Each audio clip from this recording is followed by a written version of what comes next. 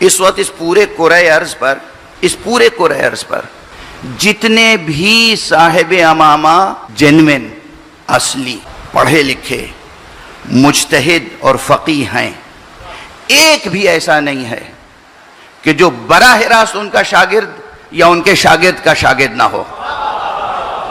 ایک قسم کھانے کو ایک. یہاں تک کہ ہمارے رہبر معظم حضرت آیت اللہ العظمیٰ خامنئی بھی آغائے خوئی کے براہ راست بھی شاگرد ہیں اور بالواسطہ شاگرد بھی.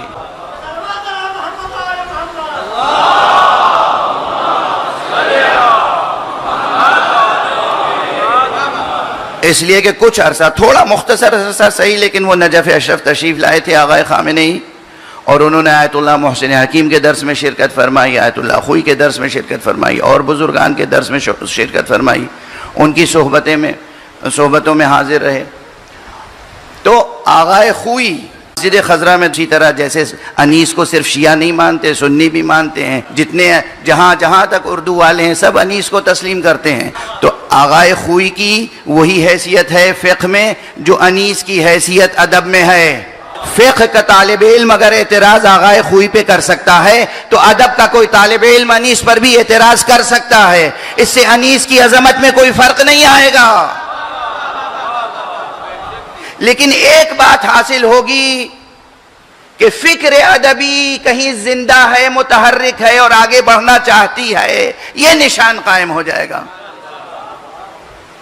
بشرطے کہ کوئی آگے بڑھنا تو چاہے، کوئی آگے بڑھنا تو چاہے. ایک صلوات پڑھیے محمد و آلہ محمد.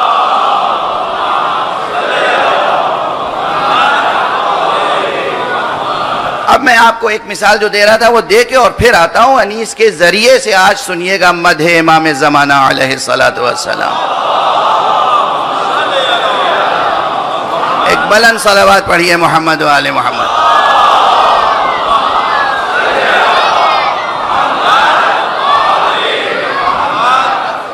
آیت اللہ العظمیٰ ابو القاسم خوئی تشریف فرمائیں، درس کہہ رہے ہیں. ان کے ایک شاگرد آیت اللہ سید محمد علی ابطحی اصفہانی نجف میں تھے، ان کے درس میں رہتے تھے ابتدائی حلقوں میں.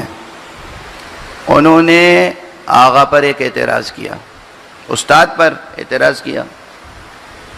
دیکھو تعلیمی اور ترقی فکر الگ ہوتی ہے اور جامد زوال پذیر فکر الگ ہوتی ہے. آغائے خوئی پر کس نے، اور یہ آیت اللہ سید محمد علی ابطحی ان کا شاگرد یہ فقیر آپ کے سامنے موجود ہے، ٹھیک ہے نا. اور خود آیت اللہ ابطحی نے اس فقیر کو یہ واقعہ سنایا مسکرا کے، اور وہ خط دکھایا جس کا میں ذکر کر رہا ہوں. اساتذہ ہوں گے اس بزم میں، اس جلسے میں، اور اچھے اسٹوڈنٹس ہوں گے، وہ اس اسپرٹ کو سمجھیں گے کہ کس اسپرٹ سے عرض کر رہا ہوں میں. آپ کو میں نے بچوں کی تربیت کے لیے بھی یہ جملہ کہا تھا. جو اچھے ماں باپ نہیں ہیں انہیں برا لگا ہوگا، لیکن جو اچھے ماں باپ ہیں انہیں اچھا لگا. آپ کا بچہ کتنا ہی بڑا کارنامہ انجام دے، کتنا ہی بڑا کارنامہ، آپ خوب شاباشی دیجئے، خوب انعام و اکرام دیجئے. آخر میں ایک جملہ ضرور کہیے گا، بیٹا یہ کام تو بہت اچھا کیا مگر تم اس سے بہتر کر سکتے ہو.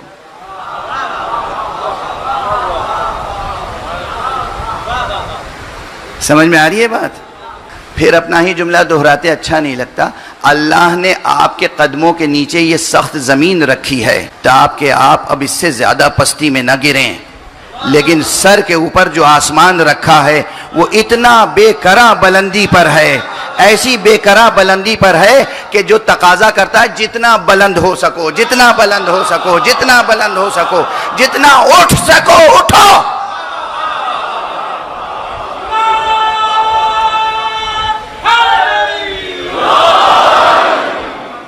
مشیت کا تقاضا آقا سے لینے کے لیے، اللہ سے لینے کے لیے، دنیا سے لینے کے لیے، دنیا کو تسخیر کرنے کے لیے.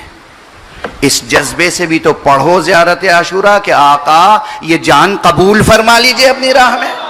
اس خدا کی قسم اس شعور و جذبے سے کتنے پڑھتے ہیں،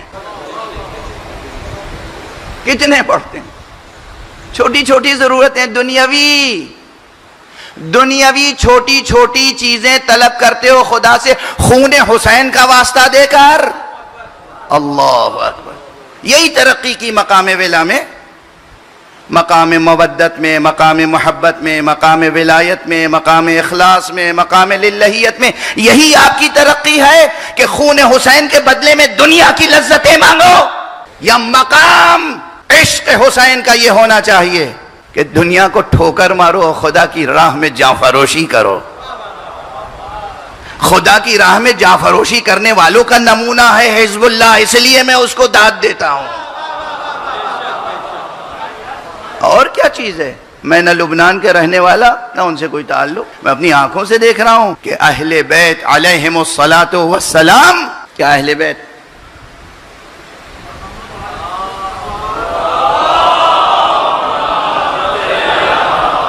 بیٹھ جاؤ بیٹا، کب تک کھڑے رہو گے؟ آج ہم بہت لمبی تقریر کریں گے.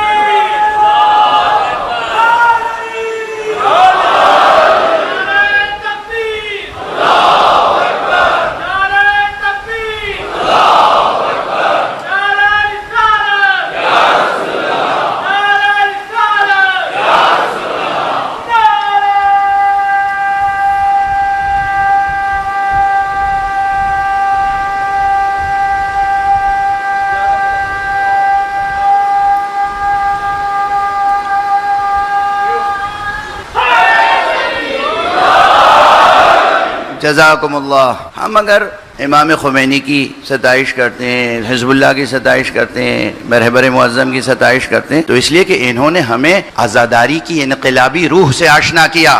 دو قسم کا عزادار ہے، ایک وہ جو آقا حسین کے خون کا واسطہ دے کے دنیا کی پست ترین لذتیں مانگتا ہے، ایک وہ عزادار ہے جو آقا کا علم ہاتھ میں لے کر خدا کے لیے جاں فروشی کرتا ہے. فیصلہ آپ کو کرنا ہے کہ کس قسم کا عزادار بننا ہے. فیصلہ آپ کو کرنا ہے، فیصلہ آپ کو کرنا ہے. ہاں کوئی ضعیف ہے، کمزور ہے، ہم اس کی تحقیر نہیں کر رہے ہیں، مگر مزید کمزور بناتے جائیں ہم ایسی تقریر بھی نہیں کر رہے ہیں.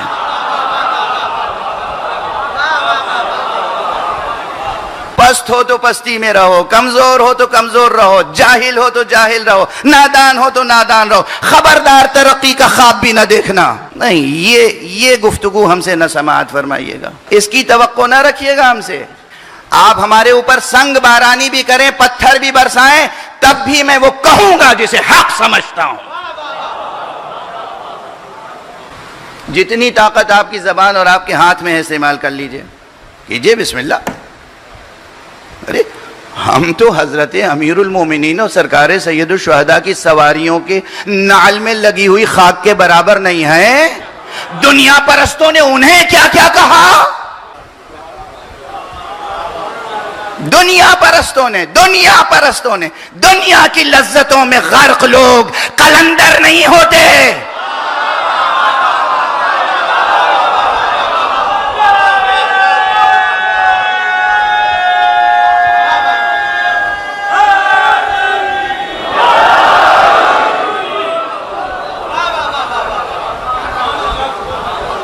قلندر دیکھنا ہو تو جا کے بو علی شاہ قلندر کو دیکھو اور اس کی سیرت دیکھو کیسا تھا وہ قلندر.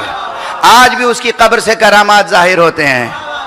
آج بھی وہاں جا کے یہ اعجاز نظر آتا ہے کہ سوائے پنجتن کے اور کسی کا ذکر وہاں ہوتا نہیں.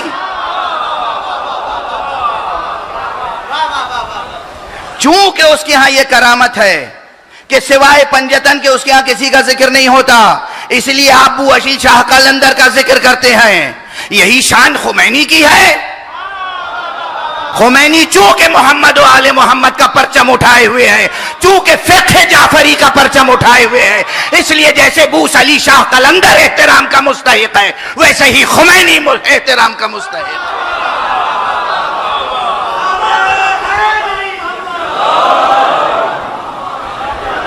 اپنی سیاسی وفاداریوں کو یا مادی وفاداریوں کو مذہب کے پردے میں نہ لاؤ.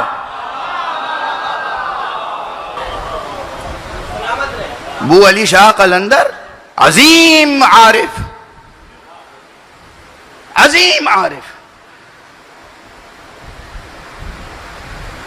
ان کے وہ دو مصرے یا ان کے اشعار تو آپ کو خود یاد ہوں گے، اب میں ممبر سے کیا دہراؤں، اس لیے میں اپنی بات کہہ کے آگے بڑھ جاؤں.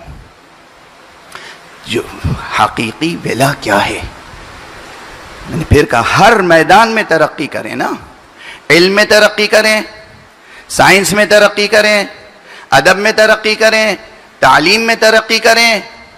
یہ آپ کے مرجھائے ہوئے چہرے ہمیں نہیں اچھے لگتے.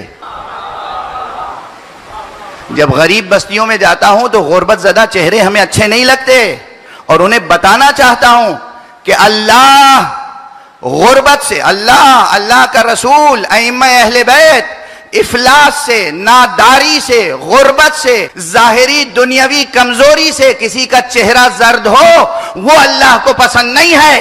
ساری دنیا تسخیر کرو اور خوف خدا سے چہرہ زرد ہو، وہ رنگ رخ اللہ کو پسند ہے. ایک صلوات پڑھ دیں محمد و آل محمد.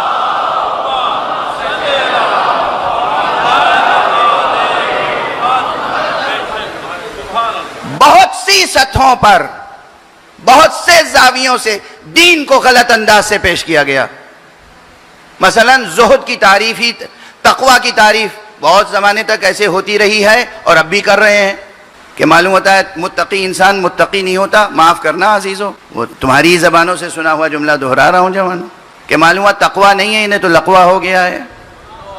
تقوی ایک بلند مقام زندگی ہے پوری فعالیت کے ساتھ، پوری دینی، مذہبی، روحانی، عرفانی، سماجی، حیاتی تمام فعالیتوں کے ساتھ ایک پاکیزہ مقام کا نام ہے تقوی.